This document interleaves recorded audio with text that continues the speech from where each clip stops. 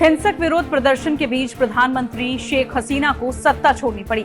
शेख हसीना को यूं देश छोड़कर भागना पड़ेगा, शायद ही किसी ने सोचा होगा। बांग्लादेश को इन बिगड़े हालातों में शेख हसीना छोड़ना भी नहीं चाहती थी, लेकिन पारिवारिक दबाव के चलते उन्हें ये फैसला करना पड़ा। शेख हसीना सरकार ने कुछ दिनों पहले आतंकवाद रोधी कानून के तहत जमात-ए-इस्लामी और इसकी स्टूडेंट विंग इस्लामी छात्र शिविर पर प्रतिबंध लगा दिया था।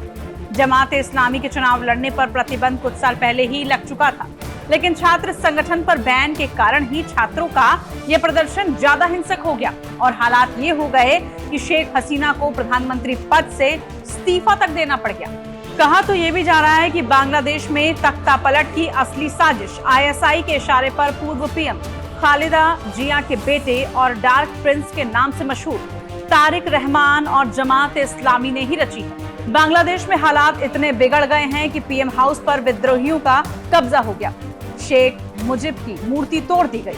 वहीं हिंदुओं समेत तमाम धार्मिक अल्पसंख्यकों पर हमले की खबरें लगातार सामने आ रही हैं। शेख हसीना के बेटे ने कहा कि अगर बांग्लादेश में ऐसे ही हालात रहे तो इसको पाकिस्तान बनने में ज्यादा समय नहीं लगेगा।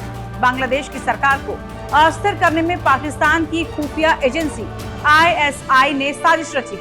मीडिया रिपोर्ट्स के मुताबिक खालिदा जिया के बेटे और बीएनपी के कार्यवाहक चीफ तारिक रहमान के साथ आईएसआई ने लंदन में शेख हसीना के खिलाफ साजिश रची थी। तारिक रहमान को डार्क प्रिंस के नाम से जाना जाता है। दरअसल इससे पहले सऊदी अरब में तारिक रहमान और आईएसआई अधिकारियों के बीच मीटिंग के सबूत भी सामने आए थे। इसके अलावा बीएनपी पार्टी की यूएई यूनिट के चीफ जाकिर हुसैन और रिटायर्ड पाकिस्तानी सेना के अधिकारी लेफ्टिनेंट शाहिद महमूद के साथ लगातार बातचीत होती रही है। शाहिद महमूद का इस्तेमाल आईएसआई बांग्लादेशी नेताओं से संपर्क करने के लिए लगातार करती रही है। अपनी आखिरी बातचीत में जाकिर ने बॉस उर्फ तारिक रहमान तक लंदन में आईएसआई का मैसेज पहुंचाने का पूरा विश्वास दिलाया था। खुफिया एजेंसियों ने खुलासा किया है कि पाकिस्तान में रह रहे भारत के मोस्ट वांटेड आतंकी दाऊद इब्राहिम के साथ भी खालिदा जिया के बेटे तारिक रहमान के करीबी संबंध है। दोनों के बीच व्यापारिक संबंध भी है। दाऊद की प्रॉपर्टी को तारिक ने करीब $60 मिलियन में खरीदा था।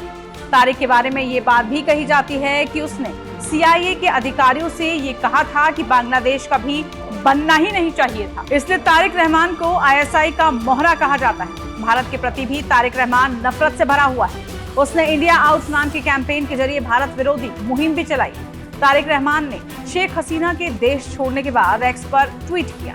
शेख हसीना का इस्तीफा लोगों की ताकत को साबित करता है और आने वाली पीढ़ियों के लिए एक उदाहरण होगा, जो दिखाएगा कि कैसे लोगों का साहस अत्याचारों पर विजय प्राप्त कर सकता है। समाज के सभी वर्गों के छात्रों और प्रदर्शनकारियों को बधाई। न्याय की उनकी निस्वार्थ भावना और अपने साथी देश के लोगों के प्रति प्रेम इस ऐतिहासिक दिन पर प्रबल हुआ है। आइए हम सब मिलकर बांग्लादेश को एक लोकतांत्रिक और विकसित राष्ट्र के रूप में फिर से बनाएं, जहां सभी लोगों के अधिकार और स्वतंत्रता सुरक्षित हो। हालांकि इस ट्वीट के नीचे लोगों ने कमेंट किया कि हसीना तो गई, लेकिन तुमको भी हम सत्ता में नहीं आने देंगे। इस तरह की तमाम खबरों के लिए आप बने रहिए टाइम्स नाउ भारत डिजिटल के साथ।